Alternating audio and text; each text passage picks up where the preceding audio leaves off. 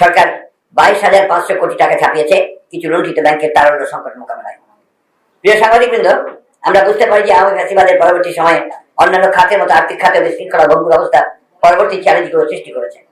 তথাপি বিএনপি বর্তমান অন্তর্বর্তীকালীন সরকারের এমন সিদ্ধান্তে সাধারণ জনগণের জীবনের উপর প্রভাব নিয়ে উদ্বিগ্ন।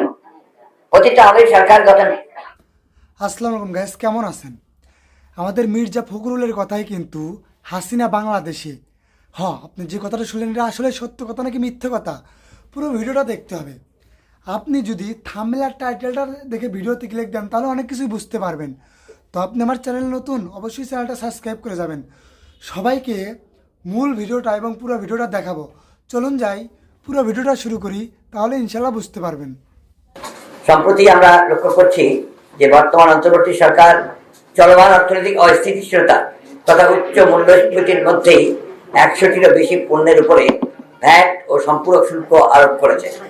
কিছু পণ্যের কর ও বাউতি তুলে নিয়েছে। এর মধ্যে রয়েছে নিত্য প্রয়োজনীয় খাদ্যদ্রব্য, পোশাক, ওষুধ ও মোবাইল ইন্টারনেট সেবা। এই সিদ্ধান্তটি সাধারণ মানুষের দৈনন্দিন জীবনে, বিশেষ করে দরিদ্র মধ্যবিত্ত জনগোষ্ঠীর উপর নেতিবাচক প্রভাব ফেলবে, চাপ বাড়াবে। সরকারের বক্তব্য থেকে বোঝা যায় তারা চলতি অর্থ বছরের বাজেট ঘাটতির প্রথম ধাপে 42,000 কোটি টাকা এবং পরবর্তী সম্ভাব্য ঘাটতি মেটাতে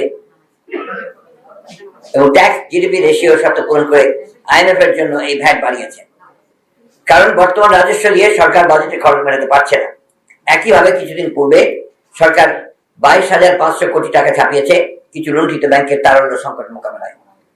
প্রিয় সাংবাদিকবৃন্দ, আমরা বুঝতে পারি যে আওয়ামী ফ্যাসিবাদের পরবর্তী সময়ে অন্যান্য খাতের মতো আর্থিক খাতে বিশৃঙ্খলা ভঙ্গুর অবস্থা পরবর্তী চ্যালেঞ্জগুলো সৃষ্টি করেছে। তথাপি বিএনপি বর্তমান অন্তর্বর্তীকালীন সরকারের এমন সিদ্ধান্তে সাধারণ জনগণের জীবনের উপর প্রভাব নিয়ে উদ্বিগ্ন। অতীতে আওয়ামী সরকার গঠন গত 15 বছর দুর্নীতি ও লুটপাটের মাধ্যমে দেশের অর্থনীতিকে কার্যত ধ্বংস করে ফেলেছে। ডিসেম্বর 2024 অনুযায়ী বিদেশি মুদ্রা রিজার্ভ $21 বিলিয়ন নেমে গিয়েছে। দেশের মূল্যস্ফীতি বেড়ে দাঁড়িয়েছে 11%। অনেক ক্ষেত্রে এটি 25%-এর বেশি বেড়েছে। অথচ দক্ষিণ এশিয়া বিশেষত শ্রীলঙ্কার মতো দেশে মূল্যস্ফীতি উল্লেখযোগ্য হারে কমেছে। দেশের মোট ঋণের পরিমাণ 20 লাখ কোটি টাকা অতিক্রম করেছে। ব্যাংকিং খাতে তারল্য সংকটের কারণে জনগণ তাদের কষ্টার্জিত আমানত ফেরত পাচ্ছে না। দেশের অর্থনীতি কার্যত ভেঙে পড়েছে। এমন বাস্তবতায় দেশের অর্থনীতিকে স্বাভাবিক ও গতিশীল অবস্থায় ফিরিয়ে নেওয়া অবশ্যই একটি বড় চ্যালেঞ্জ।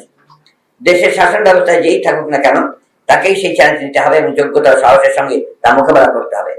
কিন্তু অত্যন্ত উদ্বেগের বিষয়, বর্তমান অন্তর্বর্তী সরকার এই চ্যালেঞ্জগুলোকে কার্যকরভাবে মোকাবেলা না করে একটি অর্থনৈতিক গঠনের ভিত্তি তৈরির দিকে মনোযোগ না দিয়ে চলতি অর্থ বছরের মাঝপথে হঠাৎ করে ভ্যাট শুল্ক বৃদ্ধি করলো, যা সহজ কিন্তু জনগণের জন্য কল্যাণকর নয়। সরকার গত নভেম্বর 2024 সালে আওয়ামী সরকার লুণ্ঠিত কিছু ব্যাংকে তারল্য সংকট কমাতে নতুন করে 22,500 কোটি টাকা ছাপিয়ে বাজারে ছেড়েছে। যদিও এই সরকার তার মেয়াদের শুরুতে বলেছিল দেশের অর্থনৈতিক কোন অবস্থাতেই টাকা ছাপানো হবে না, কিন্তু আওয়ামী সরকারের ন্যায় টাকা ছাপানোর মতো অর্থনীতির জন্য অত্যন্ত ক্ষতিকর পদক্ষেপটি গ্রহণ করলো, যা দেশের উচ্চ মূল্যস্ফীতিকে আরো বাড়িয়ে দিয়েছে এবং জনগণের নাবিশ্বাসকে বাড়িয়ে দিয়েছে। আমরা পূর্বে বলেছি যে এই অন্তর্বর্তী সরকারকে আমরা সর্বাত্মক সমর্থন ও সহযোগিতা করে যাব। তাই সরকারকে অনুরোধ করছি, আপনার নীতিমালা প্রণয়নে জনগণের কথা সর্বপ্রথম বিবেচনা নিন। দেশের বর্তমান অর্থনৈতিক বাস্তবতায় রাজস্ব সংগ্রহের জন্য অন্যান্য উপায় বিবেচনা করার এবং সেই অনুযায়ী কাজ করার সুযোগ রয়েছে। আপনার পরোক্ষ কর না বাড়িয়ে প্রত্যক্ষ কর বাড়ানোর দিকে মনোযোগ দিন। কারণ পরোক্ষ কর সকল শ্রেণীর মানুষকে প্রায় সমানভাবে প্রভাবিত করে এবং নিম্নবিত্ত মানুষের উপরে বোঝাটা বাড়ায়। প্রত্যক্ষ কর না বাড়িয়েও সরকারি খরচ কমিয়ে এবং চলতি বাজেটের অর্থনৈতিক ব্যবস্থাপনা পুনর্বিন্যাস করেও চলমান আর্থিক সমস্যার সমাধান করা যায়। বর্তমান পরিস্থিতিতে সরকারের সর্বপ্রথম নজর দেওয়া উচিত খরচ কমানোর দিকে।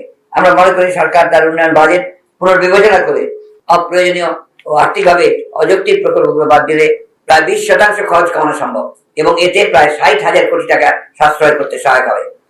পরিচালন ব্যয়ের ক্ষেত্রে সরকার যদি স্থানীয় সরকারের বাজেট ভর্তুকি খাতে খরচ কমায় এবং সার্বিকভাবে পরিচালন ব্যয় 10% কমাতে পারে, তাহলে ন্যূনতম 50,000 কোটি টাকা সাশ্রয় সম্ভব।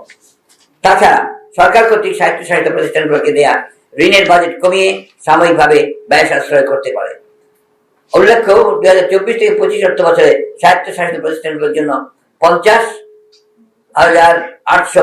কোটি টাকা ঋণ বাজেট করা হয়েছিল। অতএব সরকার খরচ কমানোর মাধ্যমে বাজেটের ন্যূনতম 1 লাখ কোটি টাকা সাশ্রয় করতে পারে এবং ঘাটতি কমাতে পারে। এই পদক্ষেপগুলো দেশের অর্থনৈতিক স্থিতিশীলতা ও দীর্ঘমেয়াদী উন্নয়নের জন্য অত্যন্ত জরুরি। অপ্রয়োজনীয় ও দুর্নীতিগ্রস্ত মেগা প্রজেক্টের বিপরীতে বরাদ্দকৃত অর্থ আপাতত বন্ধ রেখে বিপুল পরিমাণ অর্থ সাশ্রয় করা সম্ভব।